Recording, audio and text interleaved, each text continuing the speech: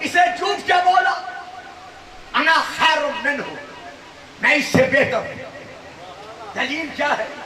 خلقتنی من نار وخلقتہ من طین، تو نے مجھے اسے مٹی سے پیدا کیا ہے، مجھے آگ سے پیدا کیا ہے، آگ مٹی سے بہتر ہے۔ دلیل کیا ہے؟ آگ نیچے سے اوپر جاتی ہے، مٹی اوپر سے نیچے آتی ہے، لہذا جس کے لیے بلندی ہے میں تو اس میں سے ہوں۔ کتنا بڑا جھوٹ تھا اس کا، حالانکہ اس نے یہ نہ دیکھا کہ آگ کس میں سے ہے۔ من الشجر الاخضر نارا، ہم نے سبز درخت سے آگ کو پیدا کیا، تو آگ کس میں سے ہے؟ درخت میں سے۔ درخت کس میں سے ہے؟ زمین میں سے، مٹی میں سے۔ تو یہ ہے وہ جھوٹ جو اس جھوٹے نے سب سے پہلے بولا۔ تو جس نے بھی سب سے پہلا جھوٹ بولا وہ ہے شیطان، اور اب تک اور قیامت تک جو جھوٹ بولتا رہے گا اللہ کے بنائے ہوئوں کے متعلق، مبالغہ اس کے لیے رہے گا۔ یعنی ہر جھوٹا کل بھی لعنت اللہ تھا اور آج بھی۔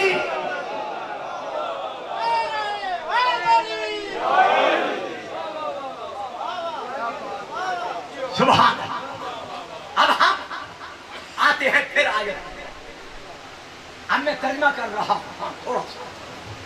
اب نا انا، ہم اپنے بیٹے لاتے ہیں۔ دوستو، بھائیوں، میں آپ کا شکر گزار ہوں، آپ نے مجھے مایوس نہیں کیا، توجہ فرمایا، اس لیے میں تھوڑا سا اور آگے بڑھ رہا ہوں۔ یہ دیکھیے، یہ ہے، اور بیٹا بیٹھ جاؤ، خبر نہیں بٹھا دو میں اس کو، اب بچے بھی میں بٹھاؤں، تقریر بھی میں کروں۔ یہ دیکھیے، یہ ہے نا، نا، ابنا انا، نساء انا، انفسنا۔ تو عربی والے اس نا کے معنی کیا ہے؟ یہ پیش نماز صاحب سامنے بیٹھے، میرے جانے کے بعد اعلیٰ حضرت سے پوچھ لیجیے گا کہ عربی میں نا کا معنی جب اردو میں کریں گے تو معنی کیا ہوگا؟ اردو میں اس کا ہوگا اپنے، نا کا ترجمہ ہوگا اردو میں اپنے۔ اچھا، پھر اپنے کی ضد کیا ہے؟ اوہو، درود پڑھیں، سلام، چلو بٹھا دو، چلو میرا بیٹا آرام سے بیٹھ جاؤ، شاباش شاباش۔ نا کا معنی بنتا ہے اردو میں معنی اپنے۔ اب آپ بتائیں گے اپنے کی ضد کیا ہے؟ خیر، یعنی اپنا خیر۔ تو خیر کیا ہے اپنے کی ضد؟ تو رسول نے کن کو لے جانا ہے؟ ابنا انا، اپنے بیٹوں کو، نساء انا، اپنی بیٹی کو، انفسنا، اپنے جیسوں کو۔ تو پھر ماننا پڑے گا کہ میدان مباہلہ میں جو گئے تھے رسول کے ساتھ وہ رسول کے اپنے تھے، اور جو بٹھائے گئے، جو سمجھ گئے اور نعرہ لگا دو، باقی چپ رہو۔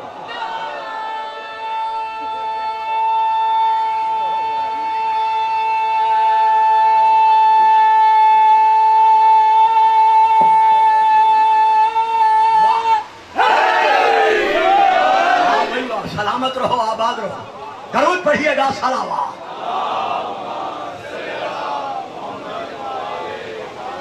تو اب رسول جن کو لے کر گئے وہ رسول کے کون ہیں؟ اپنے، کیونکہ اللہ فرما رہا ہے۔ اب یہاں یہ کہنا کسی کا کہ جناب نسل تو چلتی ہے، اولاد تو چلتی ہے، مرد کی اولاد نرینہ سے، بیٹی سے تو چلتی نہیں، تو آپ شیعہ حضرات، بریلوی حضرات، باقی اہل سنت شبیر و شبر کو، حسین و حسن کو رسول کی اولاد کیوں مانتے ہیں؟ جب وہ رسول کی اولاد نرینہ سے ہیں ہی نہیں، رسول کی بیٹی کی اولاد ہے، اصل میں علی کی اولاد ہے، پھر آپ سب مل کر شیعہ سنی انہیں رسول کی اولاد کیوں مانتے ہیں؟ دیکھیے، میں پہلے آتا ہوں اس بات پر کہ اللہ فرما رہا ہے ان سے کہتے ہیں ابنا انا، ہم اپنے بیٹے لاتے ہیں۔ معلوم ہوا قرآن منوا رہا ہے کہ محمد بے اولاد نہیں،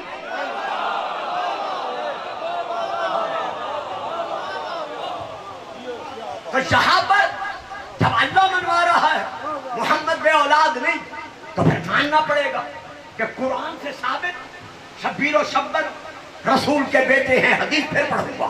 اب میں پھر آتا ہوں ایک اور بات کی طرف۔ صاحبان علم، بیٹا بیٹھ جاؤ، بیٹا بیٹھ جاؤ۔ صاحبان علم میری طرف دیکھیں، میری طرف۔ ابھی وقت گزر جائے گا، میں نمبر چھوڑ دوں گا۔ صاحبان علم، اگر محمد کی اولاد نہ ہوتی حسین و حسن، تو رسول کیوں کہتے کہ مجھ پر تم قطع درود نہ بھیجو؟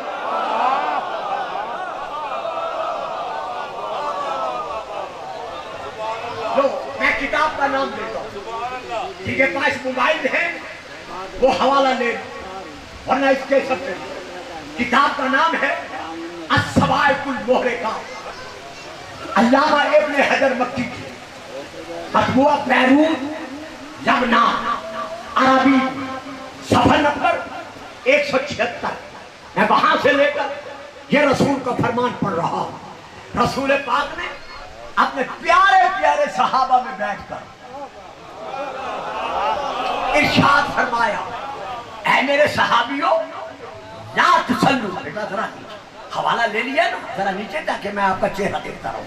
اے میرے صحابیوں لا تسلو علی الصلاۃ البترا، کہ تم مجھ پر بترا، ابتر، ناقص، نامکمل، تم قطع درود نہ بھیجو۔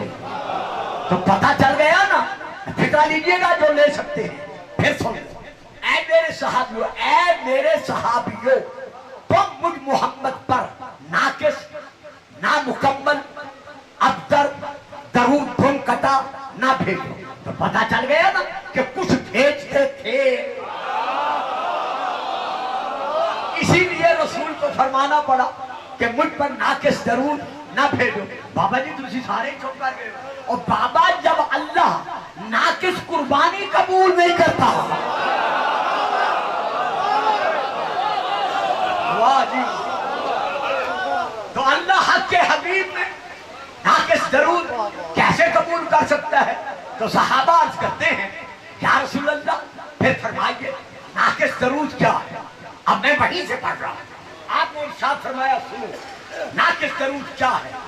تقولو، تم کہو، اللہم صلی علی محمد وتمسکو، میرے نام تک تم درود پڑھ کر رک جاؤ، آگے میری آل پر، میری اولاد پر تم درود نہ بھیجو۔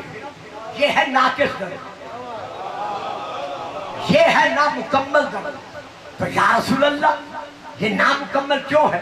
فرمایا اس لیے ہے کہ جب تم مجھ پر درود بھیج کر چپ کر جاؤ گے تو جو سننے والا ہوگا وہ یہ سمجھے گا کہ اگر محمد صاحب اولاد ہوتا تو یہ درود پڑھنے والا اس کی اولاد پر بھی درود بھیجتا۔ تو تمہارا یہ درود پڑھنا اسے قائم کر رہا ہے کہ محمد صاحب اولاد نہیں ہے، اور مجھے صاحب اولاد نہ ماننا یہ ابو جہل، ابو لہب، عقبہ بن ابی معیط، مکہ کے کافروں کی عادت ہے۔ انہوں نے سب سے مجھے پہلے کہا تھا کہ محمد ابتر ہے، بے اولاد ہے۔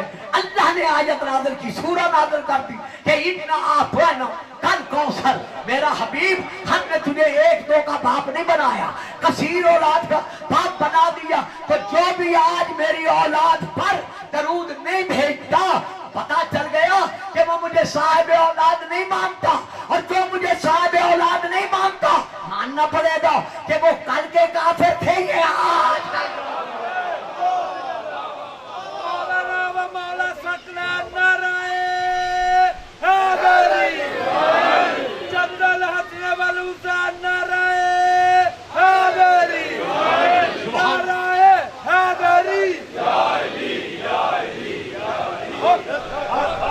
تو آپ درود کیسے بھیجو؟ قولو، تم کہو، اللہم صلی علی محمد وعلی، یہ وہاں ہے، آل محمد، یا اللہ درود بھیج، یعنی جس طرح تیری رحمتیں نازل ہو رہی ہیں ذات محمد پر، اس کی آل پر، یہ نعمتیں اسی طرح ہمیشہ جاری و ساری رکھ.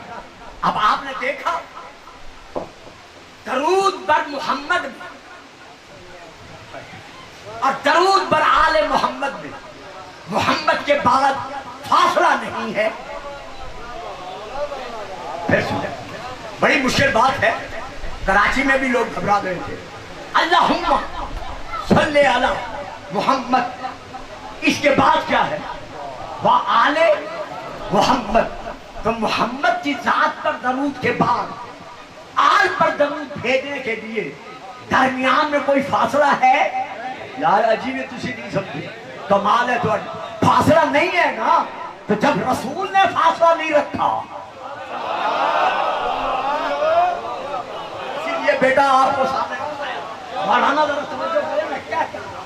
جب رسول نے درود میں اپنے اور اپنی اولاد کے درمیان, آل کے درمیان فاصلہ نہیں رکھا, تو آج کسی امتی کو یہ حق کس نے دیا ہے کہ وہ کہے اللہم صلی علی محمد و فلانے ہی و فلانے ہی و فلانے ہی, اور پھر کہے آل محمد. نہیں, آل محمد اور محمد کے درمیان فاصلہ نہیں ہے. چلو آؤ ذرا اور اوپر چلتے ہیں. رسول پر درود کب سے ہے؟ ان اللہ و ملائکتہ یصلون علی النبی.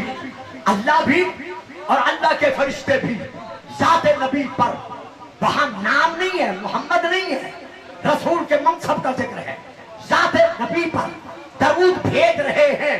معلوم ہوا جب سے ہمارا نبی نبی ہے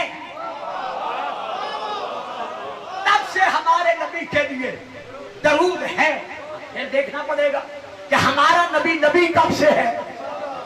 آپ یہ کتاب ہے میرے اہل سنت بھائیوں کی, جناب المودت حضرت شیخ سلیمان قندوزی حلفی, اس میں لکھ رہے ہیں کہ رسول پاک نے ارشاد فرمایا کنت نبیا وآدم بین الماء والطین.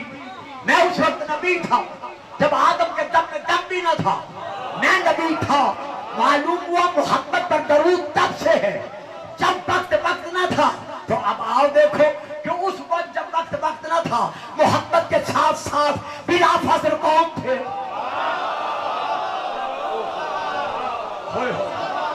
اس وقت محمد کے ساتھ ساتھ بلا فاصل کون تھے؟ اب یہی پھر جناب المودت مناقب خواتین, مناقب ابن معاذ علی, انجہ المطالب, اہل سنت کی کتابیں, رسول پاک نے جب ارشاد فرمایا تم تو نبی وآدم بین الماء والطین, تو دائیں ہاتھ اٹھا کر علی کے شانے پہ رکھا, رکھ کر کہا یا علی کنت ولییا وآدم بین الماء والطین.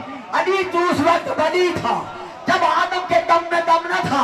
اے صاحبان علم, صاحبان علاقہ, میرے شیعہ سنی بھائیوں, پتہ چل گیا کہ جب سے ہمارا نبی محمد نبی اللہ ہے تب سے علی علی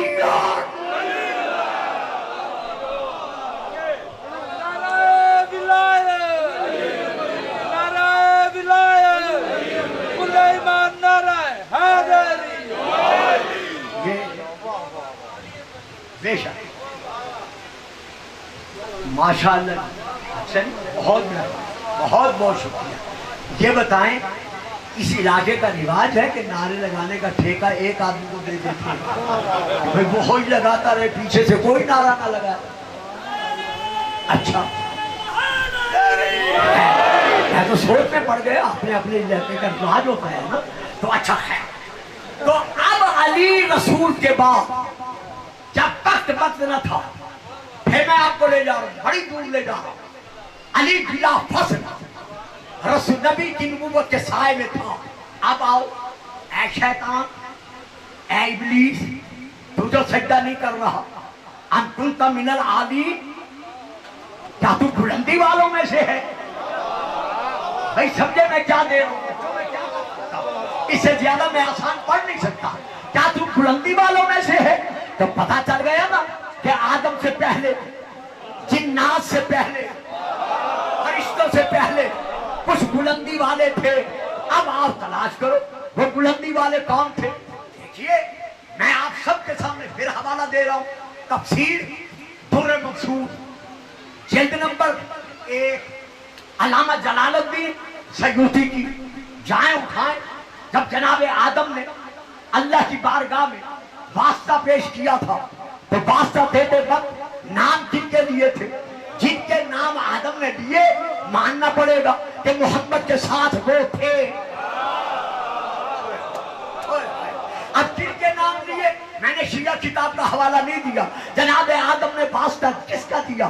حضرت عبداللہ بن عباس کہتے ہیں کہ میں نے نبی سے پوچھا کہ نبی پاک یہ فرمائیے کہ آدم نے جو ترک اولا کے لیے واسطہ اللہ کی بارگاہ میں پیش کیا تھا وہ واسطہ کن کا تھا؟ تو رسول پاک نے ارشاد فرمایا کہ آدم نے پکار کر کہا اللہم انی اسالک بحق محمد با علی با فاطمہ بل حسن بل حسین. معلوم ہوا جب کچھ نہ تھے محمد کے ساتھ یہ تھے. آج ہم سے کہتے ہو کہ ان کا واسطہ کیوں دیتے ہو؟ واسطہ دینا کفر ہے. اور بابا اگر ان کے وسیلے سے مانگنا کفر ہے تو پہلے اپنے باپ آدم پہ فتویٰ لگاؤ.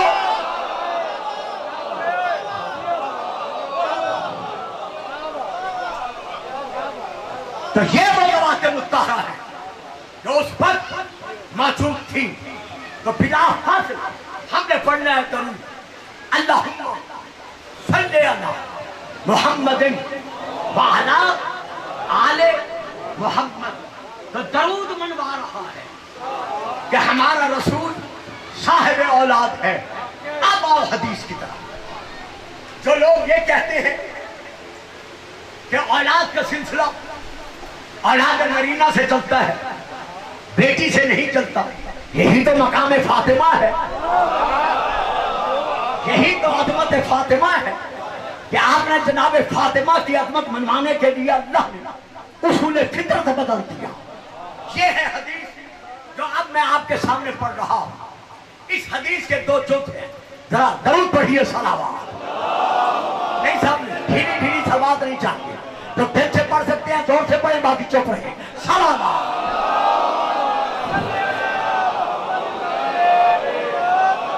چلو جی ایک اور بات بھی سنتے چلے چلتے چلتے دیکھیے یاد رکھیے گا. جب اما حوا حضرت آدم سے نکاح ہو چکا. میرا بیٹا گم ہو بیٹا میں کیا کروں، میری تقریریں ایسی ہیں. آج تو میں بڑا آسان پڑھ رہا ہوں. جب اما حوا کا بابا آدم سے نکاح ہو گیا تو جناب آدم نے نکاح کے بعد کیا کیا؟ ایک جو بی بی حوا کی طرف اپنی بیوی سمجھ کر، زوجہ سمجھ کر انہوں نے ہاتھ بڑھانا چاہا. جواب قدرت ملا پردہ غیبت سے، آدم رک جا ابھی ہاتھ نہ بڑھا. کہا یا اللہ نکاح تو ہو چکا ہے. فرمایا نکاح ہوا ہے نا، حق المہر تو ادا نہیں کیا، حق المہر ادا کر. کہا یا اللہ میرے پاس کیا ہے کہ میں حق المہر ادا کروں؟ کہا 5 مرتبہ محمد و آل محمد کا درود پھیر.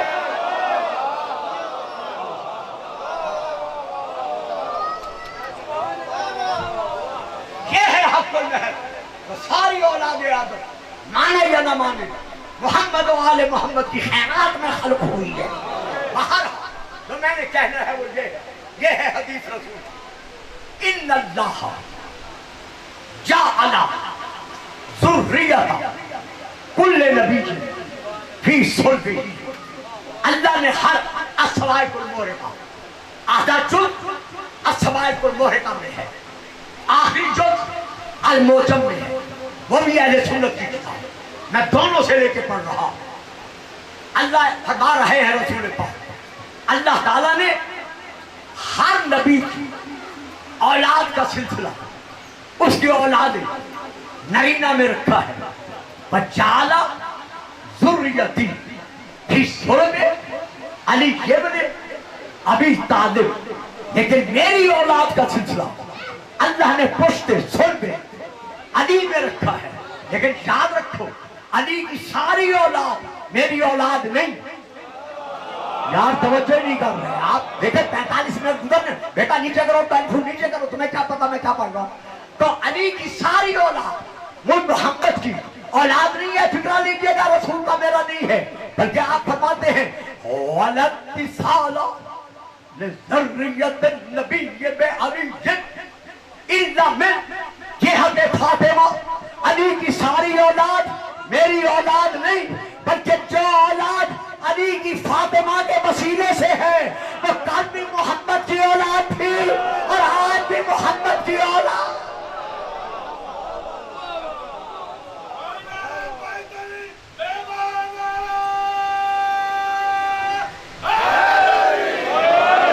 اگر اب بھی کوئی میرے جانے کے بعد اعتراض کرے کہ حسین و حسن نبی کی اولاد، ابھی آپ کو پتہ نہیں تھا کیوں آج بول رہا کہ حسین و حسن نبی کی اولاد ہیں، آخر میں جا کے میں بتاؤں گا، ابھی میں نہیں بتا رہا، میں ختم کرنے کے قریب بھی آ رہا ہوں. بابا پتہ چل گیا نا قرآن سے حدیث. دیکھیے ایک بات سنیے، اللہ جب ہارون رشید نے اپنے زمانے میں رسول پاک کی مزار پر ہاتھ رکھ کر السلام علیکم یابن امی، اے میرے چچا کے بیٹے آپ پر میرا سلام ہے. چچا کا بیٹا کیوں کہا؟ یہ عباسی تھے، حضرت عبداللہ بن عباس کی اولاد سے. عبداللہ بن عباس تھے عباس بن عبد المطلب کی اولاد سے. مختلف تاریخوں کے مطابق تھوڑا سا اختلاف ہے. تو اب اس نے کہا اے ابن امی، یعنی عبداللہ اور عباس بن عبد المطلب دونوں بھائی ہوئے نا. تو اب رسول کس میں سے ہے؟ جناب عبداللہ میں سے. اور عباسی کس میں سے ہے؟ جناب عباس میں سے. تو اسی لیے اس نے کہا اے میرے چچا کے بیٹے آپ پر میرا سلام ہو، تاکہ لوگ سمجھ لیں کہ ہم رسول کے اپنے ہیں، رسول کے غیر نہیں ہیں. بس اس کا اتنا کہنا تھا جو اپنا تھا، جو رسول کا خون تھا، گوشت تھا، دوست تھا، جو منی کے درجے پر تھا، وہ جلدی سے آگے بڑھا. نازل میں آیا ہے حضرت امام موسیٰ کاظم جلدی سے آگے بڑھے، مزار پر ہاتھ رکھا، ہاتھ رکھ کر کہا السلام علیکہ یا ابی، اے میرے بابا آپ پر میرا سلام ہو. جب آپ نے کہا نا اے میرے بابا آپ پر میرا سلام ہو، لوگوں کو پتا چل گیا کہ یہ اپنے نہیں، اپنے یہ ہے. ہارون رشید آگ بگولا ہوا اپنے مقام پر آیا، سپاہیوں سے کہا جاؤ جا کر محمد کے بیٹے جعفر کو لے آؤ، موسیٰ بن جعفر کو لے آؤ. آپ آگئے، تشریف فرما ہوئے. کہا تم علی کے بیٹے نہیں، علی و فاطمہ کی اولاد نہیں؟ فرمایا بے شک ہے. کہا پھر تم نے کیسے کہا محمد کو وہ تو تمہارا نانا لگتا ہے، تم نے کیسے کہا اے میرے باپ تم پر میرا سلام ہو؟ کہا تو نے قرآن نہیں پڑھا؟ کیا قرآن نے فیصلہ نہیں کیا کہ حسین و حسن محمد کے بیٹے ہیں؟ اب یہ سن کر کہتے ہیں کوئی اور دلیل، امام فرماتے ہیں اور دلیل ہے. اگر اللہ اپنی قدرت کے تحت آج رسول پاک کو مدینے میں پھر بھیج دیا، آج رسول آ گیا اور آنے کے بعد رسول تجھ سے تیری بیٹی کا رشتہ مانگے، آج پتہ چلے گا کون کون مجلس سے سننے والا ہے. اگر رسول کو اللہ اس دنیا میں بھیج دے، اب بھیج دے، قادر ہے بھیج سکتا ہے ظاہرہ، ورنہ باطنہ تو موجود ہے. اگر وہ آ کر تجھ سے تیری بیٹی کا رشتہ مانگے تو تو کیا کرے گا؟ رشتے دینے کے عادی تھے. واہ سنگ واہ، واہ سنگ واہ. اور بابا رشتے دینے کے عادی تھے، بڑا خوش ہو گیا، کہتا ہے واہ رسول رشتہ مانگے، میں کیسے نہ دوں، میں تو فوراً دوں گا. فرمایا یہی تم میں اور ہم میں فرق ہے، رسول تم سے رشتہ مانگ سکتا ہے کیونکہ تم اور ہو وہ اور ہے، لیکن ہم سے رشتہ نہیں مانگ سکتا کیونکہ ہماری بیٹیاں، ہماری اولاد محمد کی اپنی اولاد.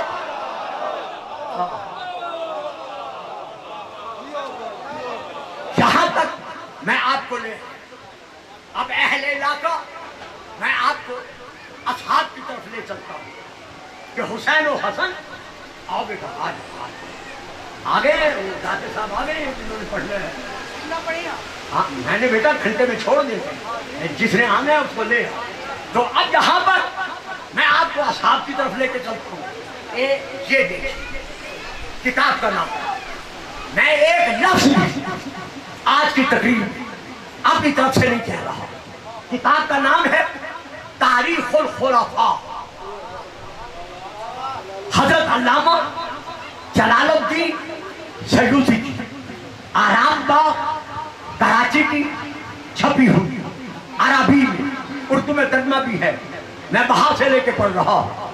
حضرت امام حسن علیہ السلام صرف 7 برس کے ہیں، ظاہراً 7 سال کے ہیں۔ چلتے چلتے آ گئے دربار میں دیکھا منبر پر ایک بزرگوار کو کہ صاحب منبر ہے۔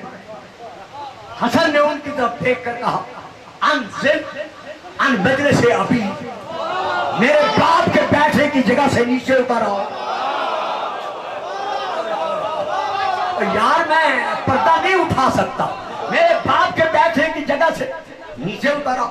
اب وہ ناراض نہیں ہوئے، خفا نہیں ہوئے، حسن سے یہ نہیں کہا کہ تم تو نواسے ہو، اپنے آپ کو بیٹا کیوں کہہ رہے ہو؟ نہ، وہ نیچے اترے، سر چوما، منہ چوما، چوم کر کہا بے شک یہ منبر آپ کے باپ کا ہے۔ معلوم ہوا نا انہوں نے اقرار کر لیا کہ یہ علی کی اولاد رسول کی اولاد ہے۔ اب آگے بڑھو، دوسرا دور ہے، بزرگوار منبر پر تشریف فرما ہے۔ حضرت امام حسین علیہ السلام دربار میں آ جاتے ہیں، ان کی طرف دیکھ کر کہتے ہیں انزل ان منبر ابی، میرے باپ کے منبر سے نیچے اتر آؤ۔ وہ ناراض نہیں ہوتے، غصے نہیں ہوتے، نیچے اترتے ہیں، حسین کا سر چومتے ہیں، منہ چومتے ہیں، چوم کر کہتے ہیں بے شک یہ تمہارے باپ کا منبر ہے۔ اور اگلا فقرہ سنیے، میری ساری تقریر ایک طرف، ان دلائل میں ان کا فقرہ ایک طرف، وہ حسین کا سر چوم کر کہتے ہیں بے شک یہ تمہارے باپ کا منبر ہے۔ میں جاؤں تو کہاں جاؤں، لا منبر ابی، میرے باپ کا تو کوئی منبر ہے ہی نہیں۔ تو تسلیم کر لیا نا، درود پڑھیے گا، صلوات پانی۔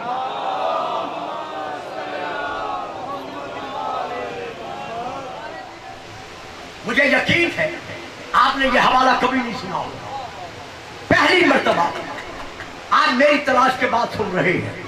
حتیٰ کہ ہوں آپ بھی جو 70-80 سال کے بزرگ بیٹھے ہیں، وہ بھی حوالہ بات سنی ہوئی ہے، حوالہ پہلی دفعہ سنیں گے میری زبان سے۔ میں نے بڑا تلاش کیا ہے۔ یہ لیجیے، میرے بڑے بھائیوں کی کتاب ہے جس کا نام ہے الفضل المعبد، میں وہاں سے لے کر پڑھ رہا ہوں۔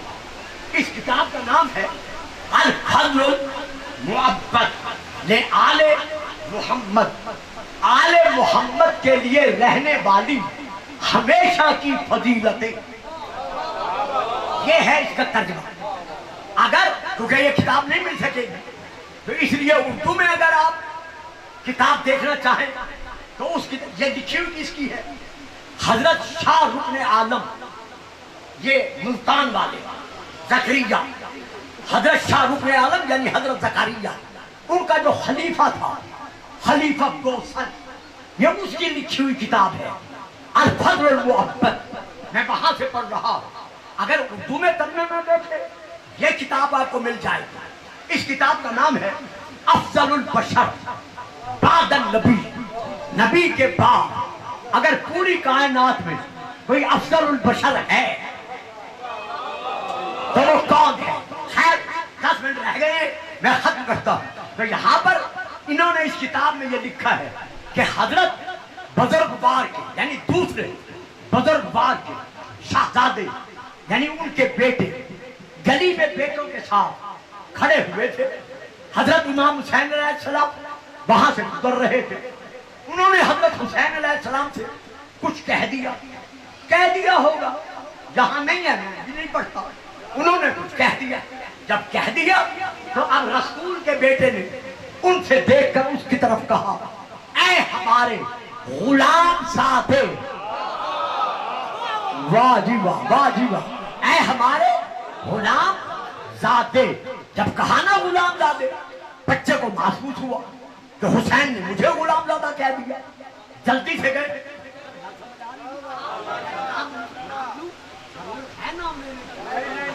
چلو میں نام نہیں لیا کرتا، یہ ان سے کہ میں کن کا واقعہ پڑھ رہا ہوں۔ جب امام نے کہا نا امام حسین نے اے ہمارے غلام زادے، وہ جلدی سے دوڑے بابا کے پاس گئے، کہا بیٹا خیر تو ہے؟ اس طرح دوڑے دوڑے آئے، کہا بابا جان حد ہو گئی ہے، آج حسین نے مجھے غلام زادہ کہہ دیا۔ کہا اچھا واقعی غلام زادہ کہاں ہے؟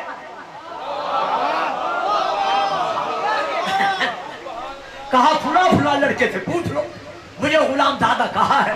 کہا اچھا اگر غلام زادہ کہاں ہے تو یہ قلم دوات کاغذ جا کر حسین سے لکھوا لاؤ کہ میں آپ کا غلام زادہ ہوں۔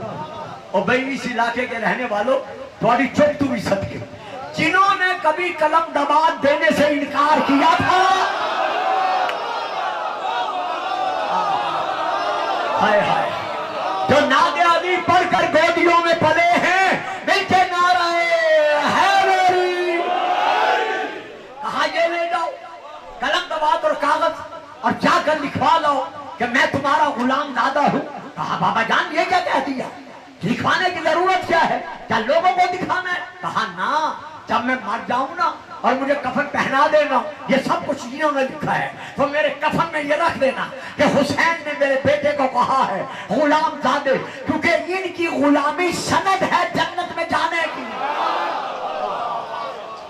بس آخر میں دو کلمے کہہ کے فضائل یہی ختم کر رہا ہوں، پھر کبھی آپ لوگوں کے سامنے حاضر ہونا پڑا اور آپ کے چہرے نظر آئے تو اس سلسلے کو لے کر پھر آگے بڑھوں گا۔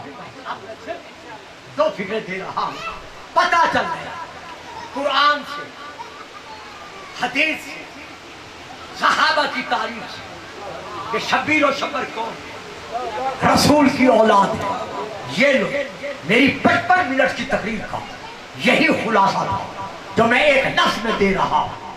جب قرآن سے، حدیث سے، تاریخ سے، تفسیر سے یہ ثابت ہو گیا کہ حسین رسول کی اولاد ہے، تو اب آؤ کتاب سر الشہادت ہے، حضرت علامہ شاہ عبد العزیز محدث دہلوی، انہوں نے اپنی کتاب میں لکھا ہے، دیکھ لو، میں نے پورے 1 گھنٹے کی تقریر میں ایک بھی شیعہ کتاب کا حوالہ نہیں دیا سوا بہار و نوار کے۔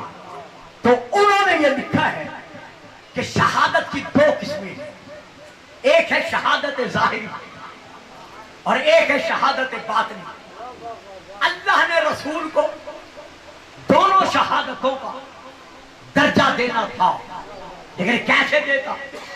اگر رسول باطنی شہید ہوتے، یعنی زہر سے، گلا دبا کر یا اور کسی تکلیف سے، تو شہادت باطنی ہوتی، پھر ظاہری نہ ہوتی۔ اور اگر تلوار سے، خنجر سے شہید ہو جاتے تو پھر ظاہری شہادت ہوتی، باطنی نہ ہوتی۔ لیکن نبیوں میں کچھ ایسے ہیں جن کی شہادت ظاہری ہے، کچھ ایسے ہیں جن کی باطنی ہے، تو جس کی ظاہری ہوتی وہ کہتے یا رسول اللہ آپ کی ظاہری شہادت نہیں، جن کی باطنی ہوتی وہ کہتے یا رسول اللہ آپ کی باطنی شہادت نہیں۔ تو علامہ لکھ رہے ہیں شاہ عبد العزیز محدث دہلوی کہ اب اللہ نے کیا کیا، ہمارے رسول کو دونوں شہادتوں کا رتبہ دینے کے لیے آپ کے دونوں بیٹوں کو چن دیا، یعنی حسن کو بھی اور حسین کو بھی۔ حسن کی شہادت زہر سے ہے، لہذا وہ باطنی ہے، تو اصل میں وہ شہادت حسن کی نہیں بلکہ رسول کی ہے۔ اور حسین کی شہادت تلواروں سے، نیزوں سے، تیروں سے، پتھروں سے، خنجر سے ہے، تو حسین کی شہادت ظاہری ہے، تو یہ شہادت حسین کی نہیں، اصل میں یہ شہادت رسول کی ہے۔ اس علاقے کے رہنے والوں، شیعہ ہو شیعہ رہو، سنی ہو سنی رہو، دیوبندی ہو دیوبندی رہو، اہل حدیث ہو اہل حدیث رہو، میں آپ سب کے سامنے عرض کر رہا ہوں، گھروں میں جا کر انصاف کرو کہ جب علامہ شاہ عبد العزیز محدث دہلوی نے یہ لکھ دیا ہے کہ حسین کی شہادت اصل میں رسول کی شہادت ہے، تو پھر ماننا پڑے گا کہ جو حسین کا قاتل ہے، جو حسین کا قاتل ہے وہ دراصل رسول کا قاتل ہے۔ اب سروں پہ قرآن رکھ کر بتاؤ کہ جو رسول کا قاتل ہے وہ رضی اللہ کیسے ہو سکتا ہے؟ یزید تو حسین کا قاتل ہے، یہ آج کی شب، یہ آج کی رات، یہ جو کچھ آپ کے سامنے ہے، یہاں ابھی تابوت برآمد ہوگا. آگے ہیں آپ کے ذاکر صاحب، آگے آگے بیٹھ گئے تو لے آؤ نا، تو ختم کر رہا ہوں، گھنٹہ گزر رہا ہے. تو اب یہاں پر ہم یہ دیکھتے ہیں کہ آج کی رات، آج کی شب، ابھی تابوت برآمد ہوگا. آپ تابوت کو دیکھ کر روئیں گے، ماتم کریں گے، لیکن آپ کتنے خوش نصیب ہیں کہ جب آپ اس مولا کے غم میں روئیں گے، آپ کو کوئی روکے گا نہیں، منع نہیں کرے گا. لیکن ہائے وہ سجاد کہ جب بھی اس نے بابا کے غم میں رونا چاہا، کبھی اسے نیزے مارے گئے، کبھی دادیانے مارے گئے. وہ سجاد جس کے گلے میں توق ہے، پاؤں میں بیڑیاں ہیں، ہاتھوں میں زنجیر ہے. اللہ اکبر. کربلا سے لے کر کوفہ اور کوفہ سے لے کر شام تک گلے کا توق اتنا سخت تھا. کیا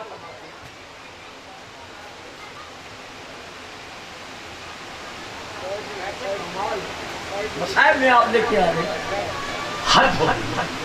تو یہاں پر گلے میں توق، پاؤں میں بیڑیاں، ہاتھوں میں زیور. اللہ اکبر. کیسا مظلوم ہے سجاد کہ نوکیلا توق تھا اور گردن کی رگوں کو کاٹ کر یہ توق کے جو نوکیلے نوکیں تھی وہ امام کی گردن کے گوشت میں گڑ گئی، اور جو زنجیر تھے، پاؤں میں بیڑیاں تھی. میں اپنی طرف سے فکرہ نہیں کہتا، آپ جو میرے 12ویں آقا زیارت ناہیہ میں فرما رہے ہیں، ہائے میرا سلام تو میرے اس بیمار سجاد دادا پر کہ زنجیر جس کا گوشت کھا گئے. یعنی امام کی پنڈلیاں، جن میں امام کی پنڈلیاں، جن میں بیڑیاں تھیں، ان کی نوکوں کی وجہ سے وہ سوراخ سوراخ ہو گئے. جب امام کو شام کی طرف سے زہر ملا، زہر اتنا سخت تھا کہ آپ بستر بیماری پر تڑپنے لگے. جناب باقر آگے بڑھے، بابا کا سر اٹھایا، اٹھا کر سینے پہ رکھا. امام ہاتھ پاؤں مار رہے ہیں. امام حسن کی اولاد، امام حسین کی اولادیں، بنی ہاشم کے جوان، زن و مرد، سب امام سجاد کے گرد گرد جمع ہو کر رو رہے ہیں کہ ہائے ہمارے چوتھے امام کو زہر مل گئے. یا اتنے میں امام نے فرمایا، باقر میری نماز شہادت بیٹا آپ نے پڑھانی ہے، کیونکہ معصوم کی نماز ہی معصوم پڑھا سکتا ہے. ہاتھ باندھ کر کہا، بابا بے شک آپ کی نماز شہادت میں پڑھاؤں گا، لیکن یہ سارے سادات، یہ سارے ہاشمی جوان اجازت چاہتے ہیں کہ ہم آپ کا تابوت جب اٹھائیں تو بڑی شان و شوکت سے اٹھائیں. یعنی جتنے خاندان کی اولاد ہے، جتنے ہاشمی ہیں، جتنے سید ہیں، وہ سب کے سب آپ کا تابوت اٹھا کر شان و شوکت کے ساتھ جنت البقیع میں چچا حسن کے پہلو میں لے جائیں. اس وقت امام کی دھاڑیں نکل گئی، رو کر کہا، نہیں ہو میرا باقر بیٹا، میرا تابوت شان و شوکت سے نہ اٹھانا. بابا کیوں؟ کہا، ہائے میری نگاہوں میں میرا مظلوم کربلا بابا، میرا غریب کربلا بابا، میں کربلا میں موجود تھا، میں دیکھتا رہا، بجائے میرے بابا کو غسل دینے کے، اس کا تابوت اٹھانے کے، ظالم اس کے لاشے پہ گھوڑے دوڑاتے رہے. اللہ اکبر. بس آخری جملہ لے اور میں ممبر چھوڑ رہا. 3 تابوت ایسے ہیں جن تابوتوں کو غسل دیتے وقت غسل دینے والا اس قدر رویا کہ اس سے وہ برتن جس میں پانی تھا، جس سے غسل دے رہا تھا، وہ برتن سنبھالا نہ گیا، زمین پر رکھ دیا. پہلا تابوت سیدہ بطول کا تابوت. جب علی بی بی کے جسم پر لباس طہارت موجود تھا، علی غسل دے رہے تھے 7 کپڑوں میں، علی نے غسل دیا ہے 7 کپڑوں میں، 7 کپڑوں میں۔ وہ کفن علاوہ جو جنت سے آیا تھا وہ بی بی کے جسد پر تھا۔ علی غسل دے رہے ہیں، غسل دیتے دیتے، اب میں صحیح روایت پوری نہیں پڑھوں گا، اشارہ کروں گا، روئے نہ روئے آپ کی مرضی، یہ صرف اشارہ کروں گا۔ امام نے دیکھا کہ سیدہ کے پہلو پر ہاتھ ہے، علی نے چاہا ہٹائے، ہاتھ نہیں ہٹائے، پھر چاہا ہٹائے، نہیں ہٹائے۔ اب امام نے کلائی میں ہاتھ ڈالا، ہاتھ ڈال کر اب جو امام نے ہاتھ ہٹایا بی بی کا، علی کی چیخیں نکل گئی۔ جب علی ڈھالے مار کر روئے، فضہ نے منہ سر پیٹ کر کہا یا علی اتنے بڑے بہادر ہو اور اس طرح رو رہے ہو؟ فرمایا فضہ میرے قریب آ، ہمیشہ مجھ سے پہلو کا زخم چھپاتی رہی، آج جو میں نے دیکھا ہے کہ پہلو کا زخم اتنا گہرا ہے کہ فاطمہ کے پہلو کی ہڈیاں ٹوٹ چکی ہے۔ یہاں پر امام کا وہ ظرف پانی زمین پر رہ گیا۔ یہ ہے پہلا تابوت۔ دوسرا تابوت شام کا زندان، شاید ذہنوں میں قیدی آ گیا ہوگا۔ یہ قیدی کون ہے؟ کوئی جوان مرد نہیں، کوئی جوان خاتون نہیں، بلکہ یہ حسین کے سینے پہ سونے والی 4 سالہ سکینہ ہے۔ اور رونے والوں، زندان میں کسی کا مزار نہیں بنتا، کسی کو دفن نہیں کیا جاتا، لیکن ہائے جب سکینہ شام کے زندان میں بابا کو روتے روتے آنکھیں بند کر گئی، تو اب سیدہ زینب جناب سکینہ کو جب غسل دینے کے لیے بیٹھی، لباس اسی طرح بی بی کے، سکینہ کے بی بی کے جسم پر ہے، روتے ہوئے بی بی نے کہا سجاد سجاد پھوپھی حکم، بیٹا مجھے یہ بتاؤ سکینہ کو میں غسل دے رہی ہوں، اس کا یہ جو کرتا ہے یہ اس کے جسم سے چمٹا ہوا ہے، آیا میں اس کرتے کو کسی طرح جدا کر سکتی ہوں؟ کہا نہ پھوپھی جدا نہ کرنا، اگر یہ جدا ہو گیا تو میری بہن کے کمر کے زخموں کو دیکھ کر کوئی بیوی مرنے سے پہلے مر جائے گی۔ یہ ہے دوسرا تابوت۔ تیسرا تابوت یہی امام سجاد کا، جب امام زین العابدین کو حضرت امام محمد باقر غسل دینے لگے تو غسل دیتے دیتے امام کی دھاڑیں نکل گئی، ساری اولاد جمع ہوئی، ہاشمی سادات جمع ہوئے۔ مولا رونے کی کوئی خاص وجہ ہے؟ امام فرماتے ہیں آؤ میرے قریب آؤ۔ اب امام نے بابا کی پشت سے کپڑا ہٹایا، کرتا ہٹایا، اب جو ان لوگوں نے دیکھا کہیں تازیانوں کے نشان تھے، کہیں نیزوں کے نشان تھے، پنڈلیوں پر سوراخ سوراخ تھے۔